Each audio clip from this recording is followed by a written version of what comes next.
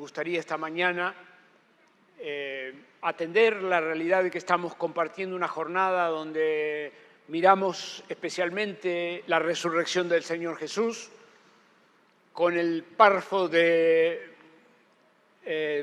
libro que estamos recorriendo. De modo que me propongo mirar el que dice Pablo a los colosenses sobre la resurrección del Señor Jesús.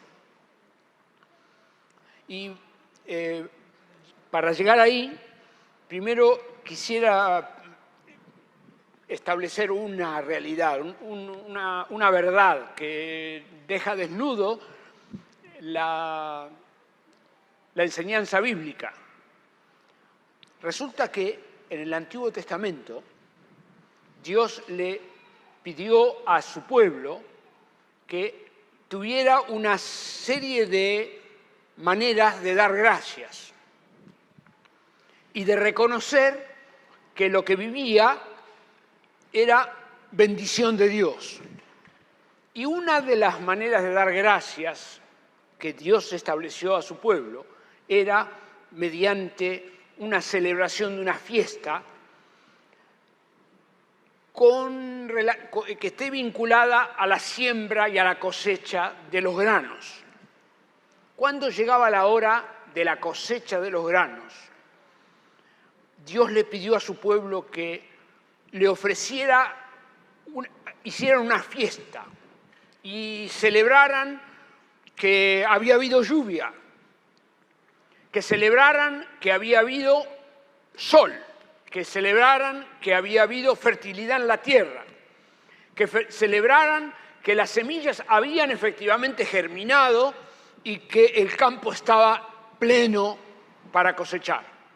Y esta idea de celebrar y de decir el campo está listo para cosechar, no por virtud del campesino, sino por la gracia que Dios que dio el crecimiento, es que el Creador le pidió al pueblo de Israel que apartara espigas, manojos de espigas, de las primeras espigas antes de empezar la cosecha, que el campesino y los obreros cortaran manojos de espigas y antes de cosechar fueran al templo y a ofrecerle a Dios gratitud. De modo que se daba un fenómeno, y el fenómeno es que llegaba al templo los campesinos, cada uno de su campo, con espigas, venía acompañado de la familia, venían al templo, a la casa del Señor, a decir: Señor, gracias, gracias. Tenemos el campo listo para cosechar por tu misericordia y por tu gratitud, porque vos mandaste la lluvia y porque hubo sol y a consecuencia de que la semilla germinó y a consecuencia de que la tierra resultó fértil. Esa se llama la fiesta de las primicias. Lo primero, cortaban manojos de grano y los llevaban antes de cosechar. Bueno, con esta idea en la mano quiero invitarte a leer 1 Corintios, el capítulo 15.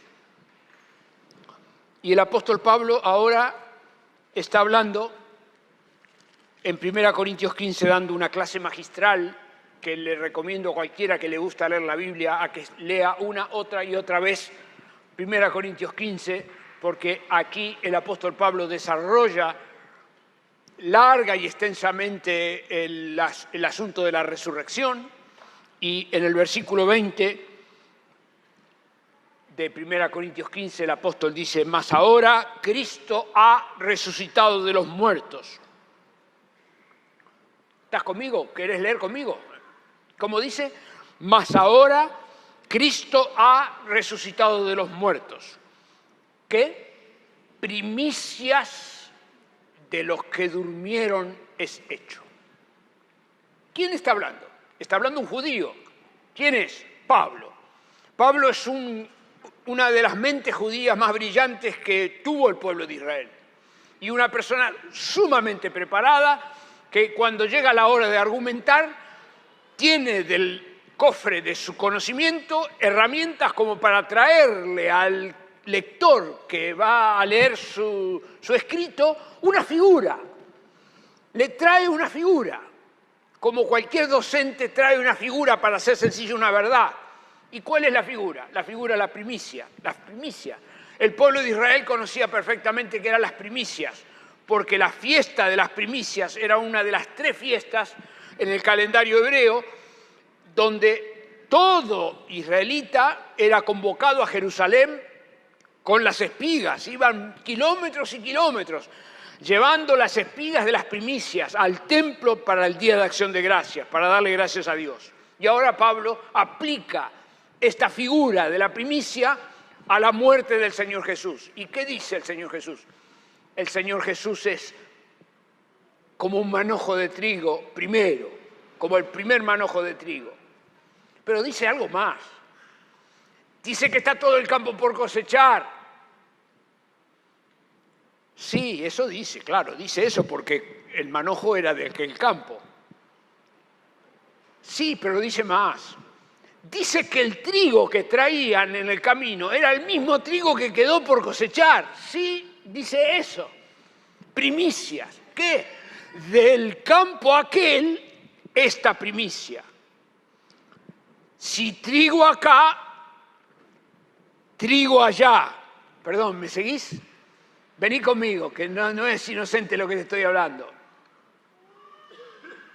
Si trigo acá, trigo allá. ¿Y ahora qué dice Pablo? Pablo dice que Cristo ha resucitado de los muertos, primicias.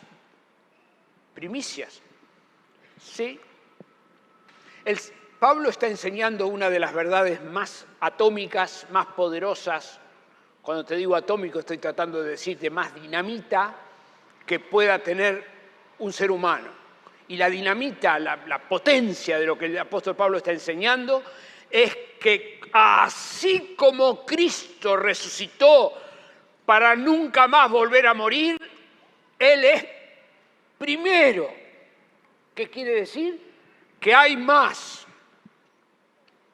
Hay otras resurrecciones listas para cosechar que tampoco nunca más volverán a morir. Primicias de los que durmieron es hecho. La esperanza cristiana de la resurrección, porque Cristo vive, nosotros también viviremos. Yo soy la resurrección y la vida, el que cree en mí, aunque esté muerto, vivirá, y el que vive y cree en mí no morirá eternamente. Esa es la palabra del Señor Jesús, que ahora Pablo la enseña de una forma tan sencilla en este versículo, que es una piedra angular en la teología cristiana. Cristo resucitó, yo también. ¿Por qué? Porque yo tengo la misma simiente que tenía el Señor Jesús. ¿Cómo? Sí, porque en mí mora el mismo espíritu que levantó al Señor Jesús de los muertos. El mismo espíritu que moraba, que levantó al Señor Jesús de los muertos, es el que mora en mí.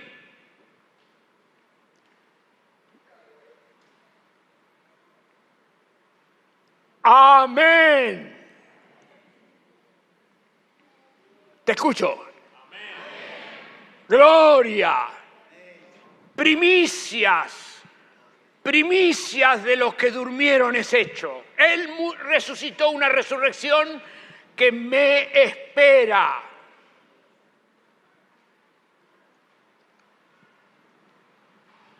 Amén. ¿Cómo? Amén. ¿Por qué? Porque Cristo resucitó. Porque el apóstol Pablo dice que el Señor Jesús resucitó como no hubo nunca antes. Nos gusta hacer el recorrido de las resurrecciones que registran las Escrituras.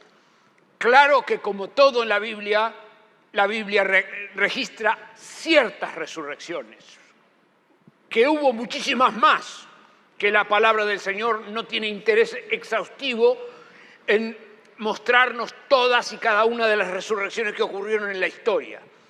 Efectivamente, los distintos escritores bíblicos nos ponen una resurrección aquí, otra allá, otra acá, como para probar que la resurrección es un sello del poder de Dios, es un sello de lo divino, que la resurrección es una marca que le pertenece sola, pura y exclusivamente a Dios. Nadie resucita de entre los muertos. Y esto lo digo en una cultura y en un tiempo donde la ciencia está avanzando de una manera extraordinaria. Pero la ciencia está un paso más acá de generar vida y está un paso más acá de derrotar la muerte. Son dos fenómenos que la ciencia está acá. El que está allá es Dios. Y la palabra se ocupa de ponerle al lector de la palabra pruebas contundentes de la enorme diferencia entre el poder omnipotente, omnisciente, omnipresente de Dios y el mayor poder humano. Muy bien, una vez que pusimos el fundamento acerca de la primicia, quisiera convidarte a ir a Colosenses, porque acá el apóstol Pablo en Colosenses está muy despeinado el apóstol. No sé si lo vas a notar ahora cuando lo vayamos a leer. Tiene la batuta en la mano y la orquesta está encendida y el apóstol está muy despeinado. Lo vas a notar que está la orquesta, es el segundo capítulo de Colosenses, el apóstol nos ofrece 2 versículos que son esos momentos cuando la partitura toma un vértigo desopilante y lo ves al director de la orquesta que no sabe cómo atajar las semicorcheas y las fusas y las semifusas, y el apóstol Pablo está enardeciendo el corazón del lector. Claro, Colosas está viviendo un día de relativismo, y dentro de la iglesia empezaron a correr voces alternativas a la palabra de Dios, y como nos pasa ahora en estos días de la Semana Santa de una forma grotesca, los medios de comunicación se ocupan de hablarnos acerca del Señor Jesús y de la obra de la cruz, pero cuestionándolo. Nos hablan acerca de Belén, pero cuestionando. Siempre una manera de filtrar una duda, calar una duda. No pueden negarlo. Y el apóstol está luchando en Colosas con lo mismo, porque el agnosticismo, esa actitud agnóstica de ver la vida, de me da lo mismo, estaba allá. Y ya recorrimos que en el primer capítulo Pablo estableció la deidad del Señor Jesús. En el capítulo 1, verso 15 en adelante, el apóstol Pablo dice, porque en el Señor Jesús, Él es la imagen del Dios invisible, el primogénito entre los que han vivido. Y el apóstol establece la deidad, da una información acerca de la deidad del Señor Jesús que ha bendecido a la iglesia durante los 20 siglos. Nuestros hermanos, han encontrado refugio leyendo el párrafo de 1 Corintios 1, 15 en adelante, en momentos de mucha tribulación y turbación, porque ahí está la esencia de quién es el Señor Jesús, en quién creo. Creo que Jesucristo es Dios. Que Jesucristo es Dios. Pero si el apóstol va al capítulo 2, y en un versículo, que te ayudo a repasarlo, dice, verso 9, son 1, 2, 3, 4, 5, 6, 7, 8 palabras, 10 palabras. Porque en Él, en el Señor Jesús, habita corporalmente toda la plenitud de la deidad. ¿Qué está diciendo? Está dando una explicación que para una persona que recién llega al conocimiento de la fe, en un versículo, 2 líneas, le dice, porque en el Señor Jesús, en la persona del Señor Jesús, que está acá, en la persona del Señor Jesús habita, en el cuerpo del Señor Jesús, toda la plenitud de Dios. Está diciendo que en la persona del Señor está a la vez lo humano y lo divino, único, irrepetible. En Él habita corporalmente toda la plenitud de la deidad. Pero el apóstol está entrando en calor y el Señor tiene cosas que decirnos para nuestro provecho y va a enfocar a la resurrección, va para allá, vamos. Verso 13. Leímos más temprano el 9, así que estamos 3, 4 versículos más adelante, nada más. 3, 4 versículos. Dice, y ustedes, estando muertos en pecado y en la incircuncisión de vuestra carne, por favor tomemos en cuenta que el apóstol está dirigiéndose a gente judía que tenía en la circuncisión, en la operación masculina de la circuncisión, una señal ritual de sujeción a Dios. El apóstol está hablándole a gente judía, entonces dice, y ustedes estando muertos en pecado y en la incircuncisión de vuestra carne, el Señor les dio vida. Les dio vida juntamente con Él. Acá está la resurrección. Les dio vida, Él es la primicia, el Señor Jesús les dio vida juntamente con Él. Y ahora acá, claro, le invito a ver lo que el apóstol está diciendo. Está diciendo cosas terribles, tremendas, de valor eterno, que dice, suavizándoles sus pecados. No dice así. Tengo que poner otra palabra. No, porque la cultura de hoy, las personas no entienden lo que dice la Biblia, entonces tenemos que mejorarle, ayudarle. Haciendo la vista gorda sobre sus pecados. O sea, diciendo, bueno,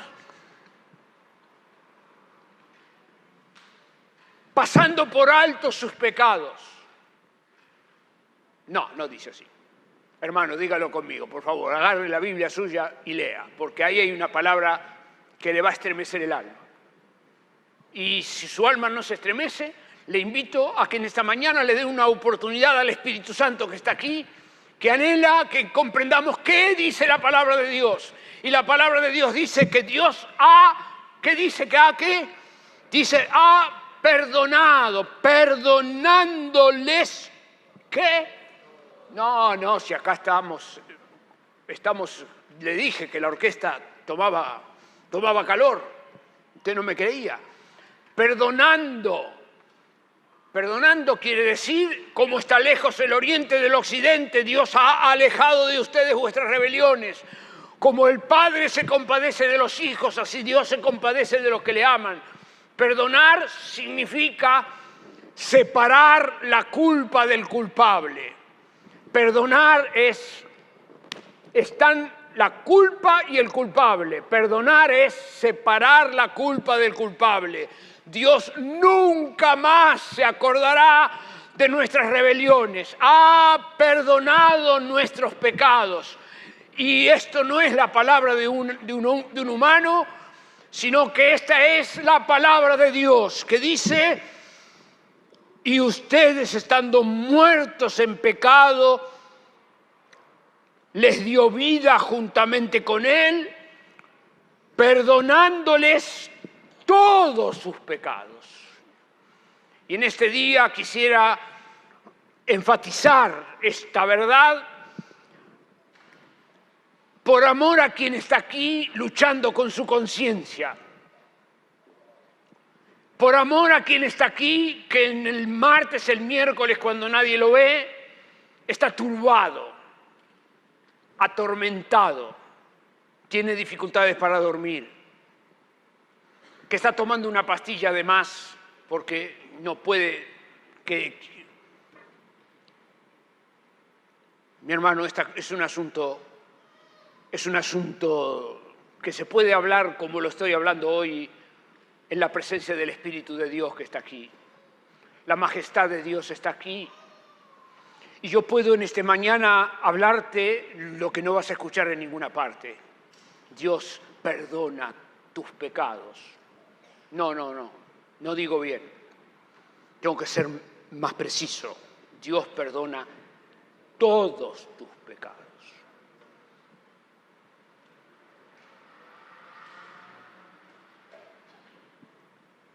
Amén. No te escuché. A ver, ¿cómo? Amén. Gloria. Todos tus pecados. Y querido mío, quisiera invitarte a no tomar a la ligera esto que estamos recorriendo hoy, porque no se trata de que Dios me perdonó todos mis pecados hace 20 años. Yo no sé si vos, ¿cuánto hace que no te confesás? Y a lo mejor me digas, ¿confesarme? ¿Confesarme eso? Yo no.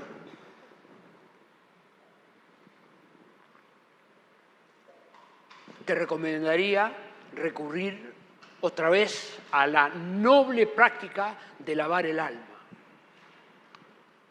De lavar el alma. Lavar el alma. Sí, mi hermano, lavar el alma. Los dientes los lavás. Los dientes los lavás y lo ves como normal. Casi dirías, pero qué barbaridad, ¿cómo voy a decir que no me lavo los dientes? Y el alma lo lavás. Lo lavás. ¿Cómo se lava el alma? ¿Cómo se lava nuestra conciencia de las huellas que deja la cultura? Las impresiones que nos quedan. ¿Cómo haces para lavar tus ojos de las cosas horribles, abominables a los ojos de Dios que has visto, que se te cruzaron, que buscaste a propósito, y las otras que se te cruzaron involuntariamente, que porque se te cruzaron involuntariamente no te dejaron huella, que porque vos no lo buscaste no tiene nada, no me pasa nada? No. Somos el templo del Dios vivo. Y el templo del Dios vivo hay que lavarlo en la sangre de Jesús. Que si confesares vuestros pecados, Él es fiel y justo para perdonarlos y limpiarlos de toda maldad. Que si decimos que no hemos pecado, le hacemos a Él mentiroso y la verdad no está en nosotros. Pero si confesamos nuestros pecados, ¿cuándo? Momento tras momento, diariamente, cada rato, deseando que el Señor me lave, que el Señor me sane, que me quite del alcance de los demonios, que quite de mi vida la autoridad que el mal tenga sobre mí. Porque el mal se enseñorea de mi pecado, pero si estoy confeso, estoy en Cristo. Es una nueva creación. Las cosas viejas pasaron, son todas hechas nuevas. Pero el apóstol continúa, y en el versículo que estamos leyendo, que viene la orquesta tomando ritmo, mira, verso 14. Vaya despacio, por favor, que el vértigo es grande. No me subestime, que le estoy advirtiendo. Esa sonrisa no me gusta nada. Dice, anulando el acta de los decretos que había contra nosotros, que nos era contraria, quitándola el acta que había contra nosotros, quitándola de en medio y clavándola en la cruz. ¿Qué está diciendo? Está diciendo que el reino de las tinieblas tiene anotadito y anotadito y anotadito y anotadito y anotadito, y que cada vez que yo intento salir adelante hay un demonio, un mal, un principado, una potestad que me dice, cállate, vos vení acá, que te tengo controlado, mira acá, mira. Tengo anotado el 14 de junio de 1810, vos estuviste, y el 16 de junio del 1824, vos estuviste, y ¿usted conoce quién es el acusador de los hermanos? Que atormenta el alma de la gente, que oprime por miedo, que oprime por temor a la muerte, que oprime y mantiene en servidumbre personas que están completamente cautivas a la voluntad. Dice que hay un acta que nos era contraria. Y el Señor Jesús tomó ese acta que nos era contraria, lo arrebató de las manos del mal, y el director de la orquesta ya está totalmente despeinado, total, y ya arranca. Lo ve, ¿no? Lo ve. En nuestra contra, y todo aquel que cree puede decir: Señor, los reproches que Satanás tenía en mi contra has cargado en la cruz, nunca más te acordarás de ellos, los has vencido. ¿Cómo? Amén, gloria. Va. No. Pero la partitura va, usted lo que me alegra es que usted ya lo ve al apóstol Pablo todo despeinado. Está llevándonos a la presencia del Señor, está llevándonos a la gloria, está llevándonos a su majestad, a donde se gobierna el mundo. Y la partitura está por terminar. Mire, verso 15. ¿Y qué? Y despojando, mire el manotazo que pega el autor, el director de orquesta, y despojando a los principados y a las potestades, refiriéndose directamente a las tinieblas, a los principados y potestades. Esta es la manera del apóstol Pablo hablar, porque no tenemos lucha contra sangre y carne, sino contra principados, potestades. Esta es la manera de hablar del apóstol Pablo, de la estructura angelical de las tinieblas, la demonología de las tinieblas, y despojando a los principados y a las potestades, los exhibió públicamente, triunfando sobre ellos en la cruz. ¿Qué? Los exhibió públicamente, el apóstol Pablo dice, los exhibió públicamente en su desfile victorioso. Claro, nos viene bien acordarnos quién es el apóstol Pablo. Estamos frente a un erudito que tiene conocimiento de la historia, está teniendo en la mente el regreso de las tropas romanas de una victoria, o tiene en su mente el regreso de Nabucodonosor, de la toma de Jerusalén, o tiene en su mente el regreso de los reyes de Asiria o los reyes más antiguos, cuando tomaban cautivos, todos los cautivos de la clase alta y toda la riqueza. En el caso de Roma se ocupaba de engrillar a sus cautivos y ponerlos en fila uno tras otro, y iba a entrar la tropa que fue a la batalla y que había tenido la batalla, iba a estar adelante a caballo, el rey a la cabeza y todos los soldados después los soldados de a pie, y por último atrás venía todos los cautivos que venían a entrar como esclavos del imperio. ¿Qué más traían? La riqueza, el botín. ¿Y qué pasaba? Y pasaba que la gente salía a recibir al rey de regreso de la guerra, a victoriarlo al rey. Y la jornada se transformó en una jornada de victoria y una jornada de gozo, porque el rey iba a repartir el botín y todo el pueblo iba a tener algo a consecuencia de la mayor o menor cantidad de bienes que haya podido robar o traer de la victoria. En Roma hoy hay el Arco del Triunfo tal, en París, en pleno París, está el Arco del Triunfo cual, ¿qué son esos? Eso es esto. Es lo que el apóstol Pablo tiene en la cabeza. ¿Qué dice?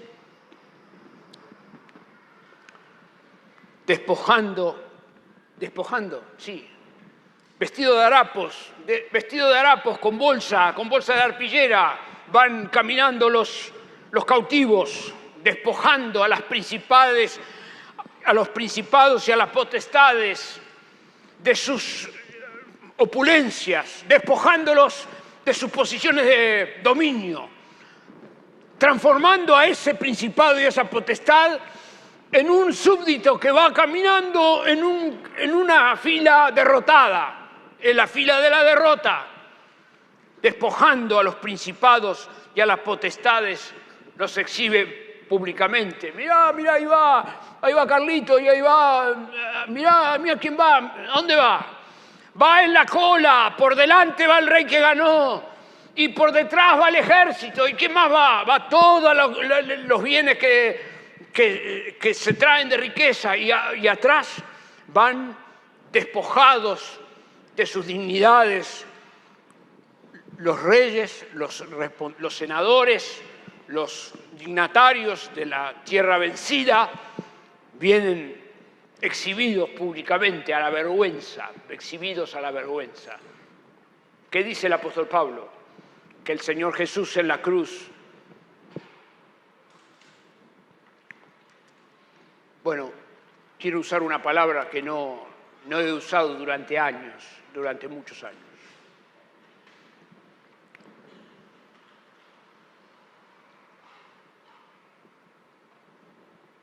Jesús triunfó. No la he usado esta palabra porque los cristianos la manoseamos y la pronuncio hoy, aquí, confiando que vas a cuidar cómo vas a hablar esto que estamos diciendo. Porque nos sale decir triunfo, triunfo, triunfo, triunfo, triunfo, y resulta que lo que pasó fue una cosa gigantesca. Ocurrió una victoria de una batalla que nunca más se va a verificar. Nunca más habrá una batalla parecida. Lo que el Señor Jesús hizo fue una sola vez y nunca más. Mi hermano, Satanás no necesita nunca más ser derrotado. Él ha sido derrotado. Él no necesita nunca más ser despojado de su poder. Él ha sido despojado de su poder. No lo necesita más. Somos nosotros los que tenemos que volver a poner la verdad en su lugar y las palabras en su lugar y no secularizar lo sagrado. No hay una verdad más potente que el triunfo que el Señor Jesús ha logrado a favor de los suyos para toda la eternidad. Y el golpe que el Señor Jesús dio con su resurrección de entre los muertos, el día que resucitó, es un golpe, como un golpe cósmico, eterno, irrepetible, del cual nosotros nos beneficiamos, nosotros bebemos de ese triunfo, nosotros vivimos por la fe en esa victoria, nosotros somos trigo en la primicia, porque Cristo ha resucitado de los muertos.